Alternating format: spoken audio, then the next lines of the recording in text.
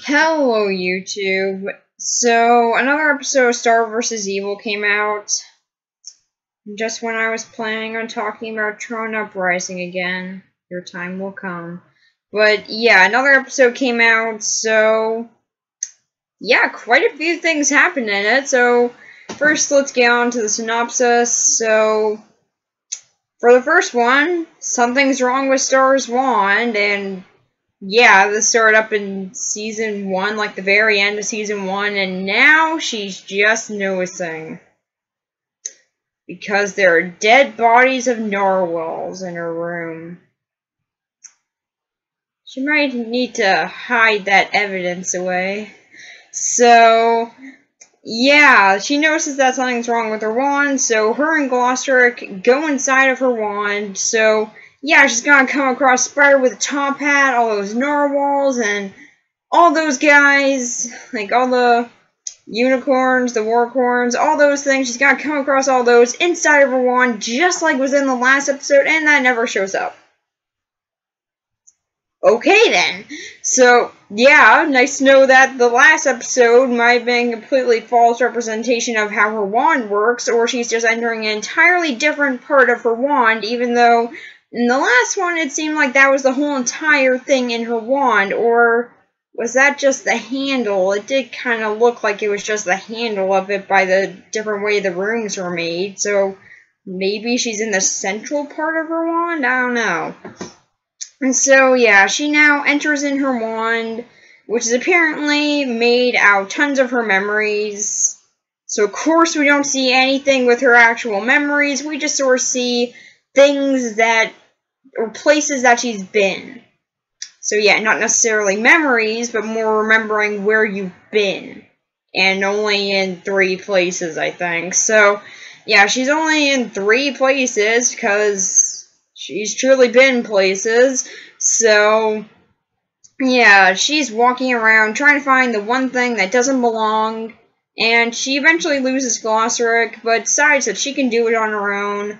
So she finds a few things that might be it, but after a while, she meets another star, which honestly, I'm pretty confused as to how this exactly happens. Like, they explain it, but here's the thing, I wasn't really listening when they explained it, and honestly, I think they pretty much just say that these are time remnants. Like, every second that she's pretty much inside the wand, she'll remember her from another point in time, and now there'll be another star coming up because this world works with her memories. So, yeah, it's very confusing. That's just what I'm assuming they say, because I wasn't really listening at that point. I was filling up my coffee mug. Truly, I needed to walk away for that. So, yeah, I wasn't listening there, so I'm pretty sure that's what they were saying, but yeah, I might be wrong. Correct me if I'm wrong, but yeah, pretty much there are now other stars that are pretty much doing the exact same thing that she is, thus getting in my little theory that they're time remnants, and now, pretty much, she has to go find that one thing that doesn't belong. She's the main star, and she's gotta go find that. So, she eventually enters the castle, or at least a little bit of the castle in Muni, and eventually she finds that one thing that doesn't belong, which is Toffee's finger, which apparently was cut off by her mom.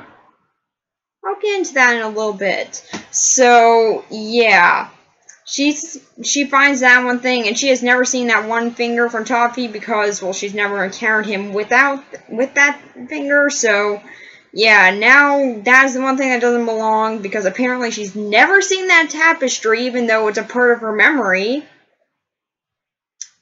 Okay, so was that just, like, not a part of the tapestry? Did they decide that the finger actually getting cut off and flying back was too graphic for this tapestry? If so, who decided that? So, yeah, pretty much, she gets the finger and pretty much fights off all the other versions of her and has enough time to get out. So she gets out with the finger, and then Marco comes in asking if she's seen his jacket, which is exactly what he asked in one of her memories. So, is Star clairvoyant?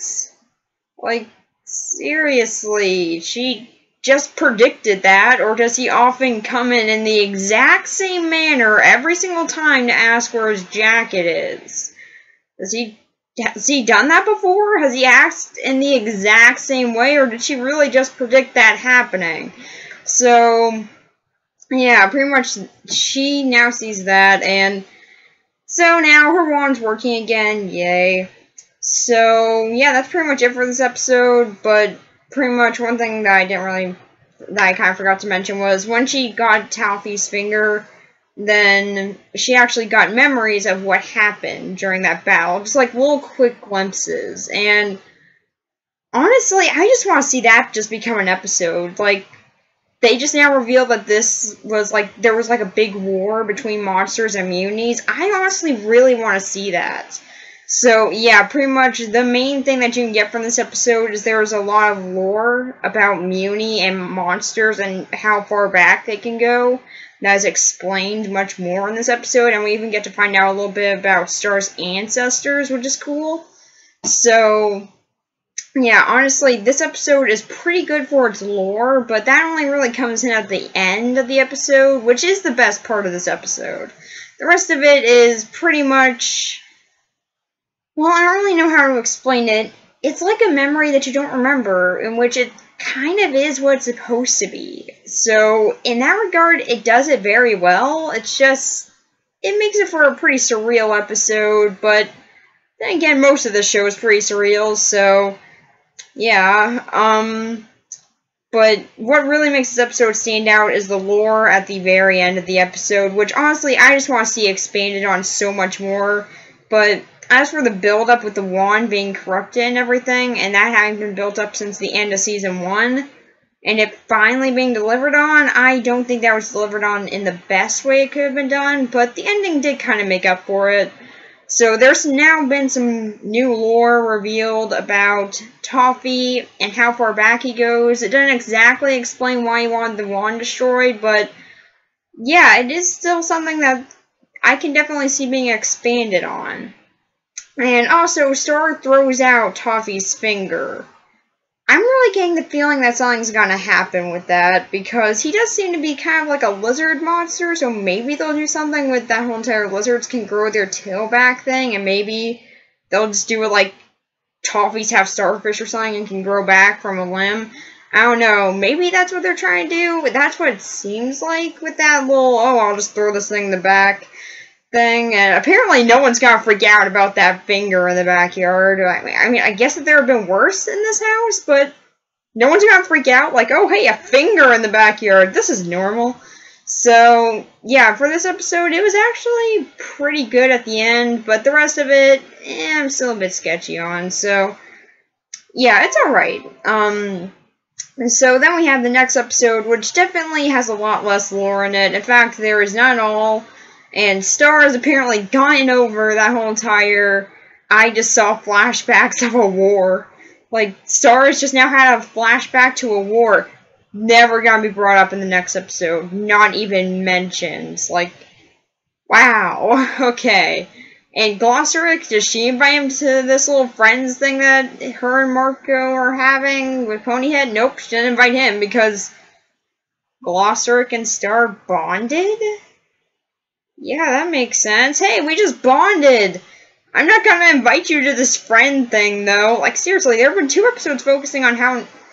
Or at least there have been 2 episodes now focusing on how they've become closer. And yet, this isn't... None of that matters. Just, like, don't invite him to this friendship thing you have going on.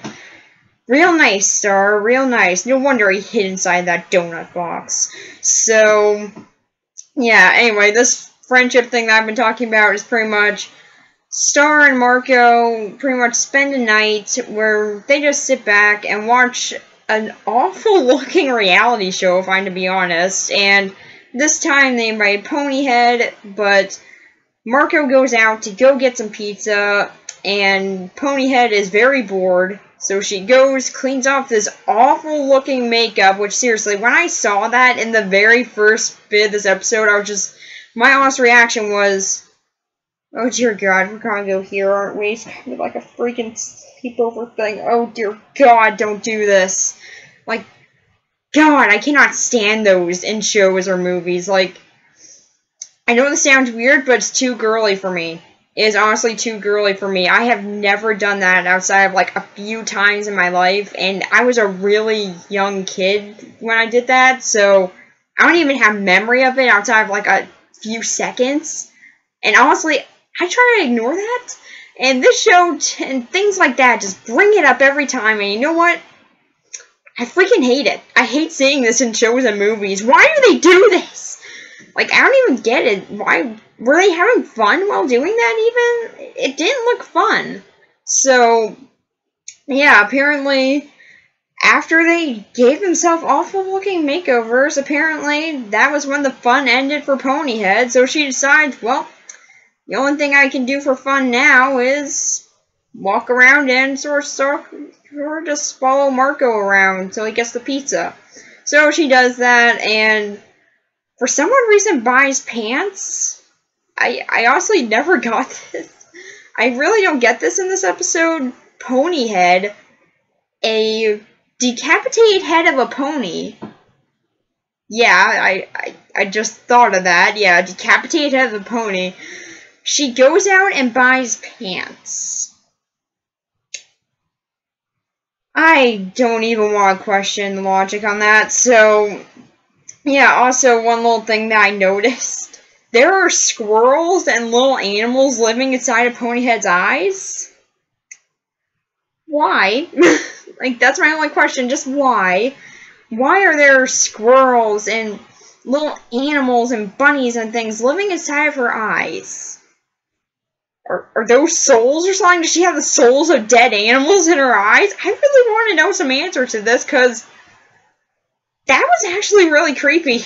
So, yeah, apparently she has animals in her eyes. I don't even want to question logic in that. Like, there's so many things about Ponyhead being revealed in this episode. Like, even though she's a decapitated horse head, she wants to go out and buy pants, and she has animals in her eyes. There are so many questions being raised by this.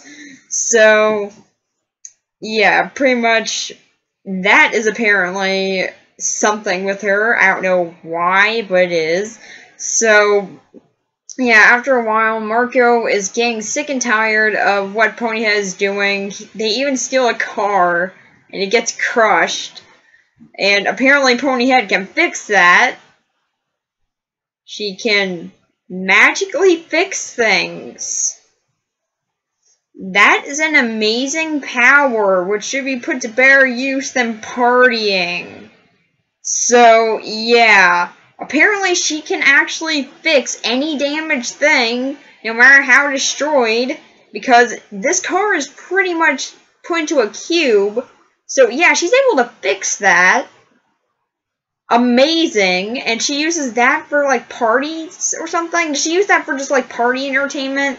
That's what I'm assuming that she uses that for. So, yeah, real waste of your power there, Ponyhead.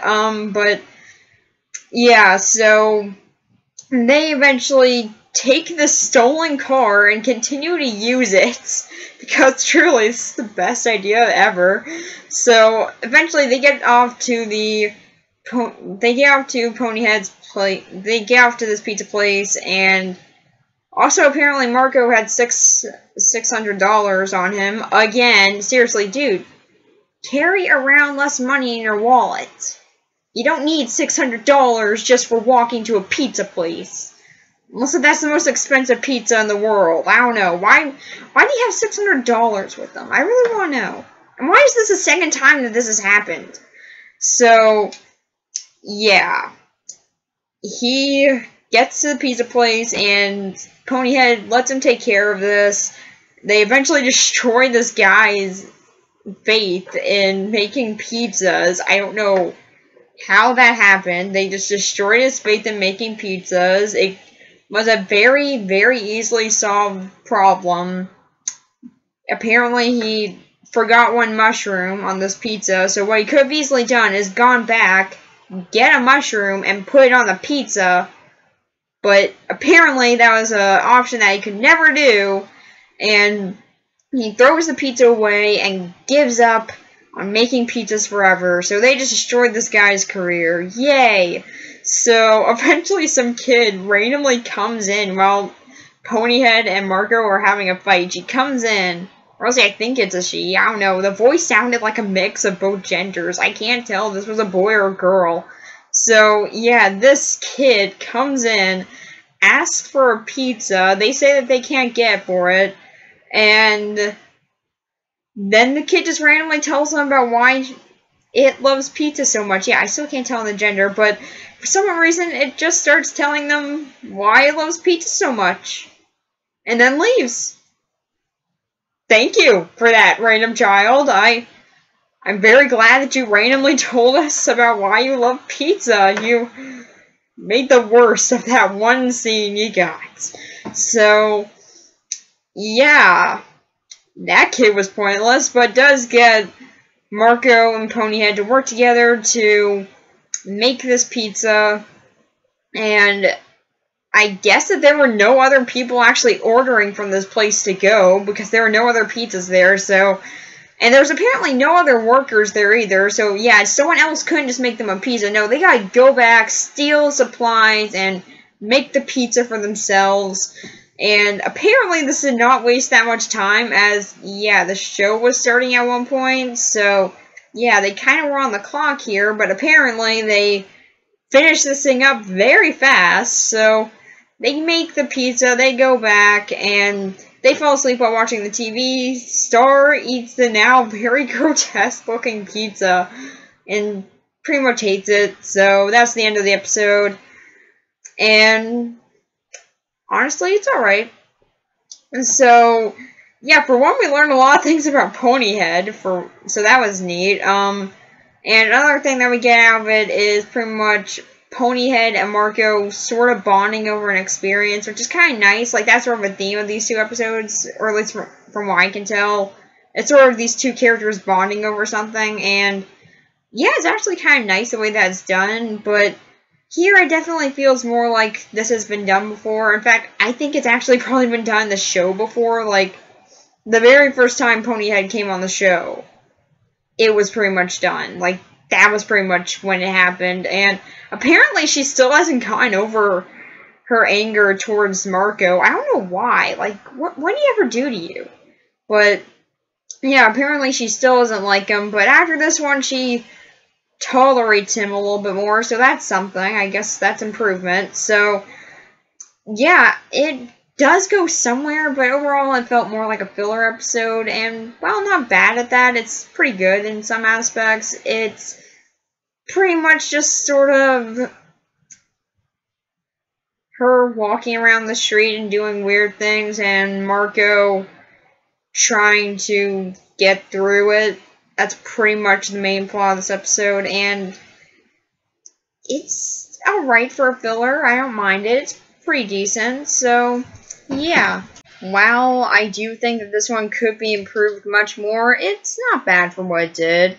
And I think that after what happened in the last one, like, there were a lot of things revealed very fast, but they were revealed. So, yeah. After that, I think that this episode was more just to wind down for a little bit, and just for a little bit of nice filler. And for what, if that's the case, then yeah, it does it pretty well. So, it's not a bad episode, but could have been a bit better, and maybe done something at least a little bit different with Marco and Ponyhead. Like, that's one thing that I see a lot. Star's best friend from Muni is Ponyhead, but we never see them interact. Like, we hardly see that. It's more Marco and Ponyhead hanging out. I don't know why. But, yeah, for what it is, it's not a bad episode. I like the first one more. It had much more lore to it, which made it a more interesting episode. But this one wasn't bad for what it is. So, yeah, that's pretty much it. Bye.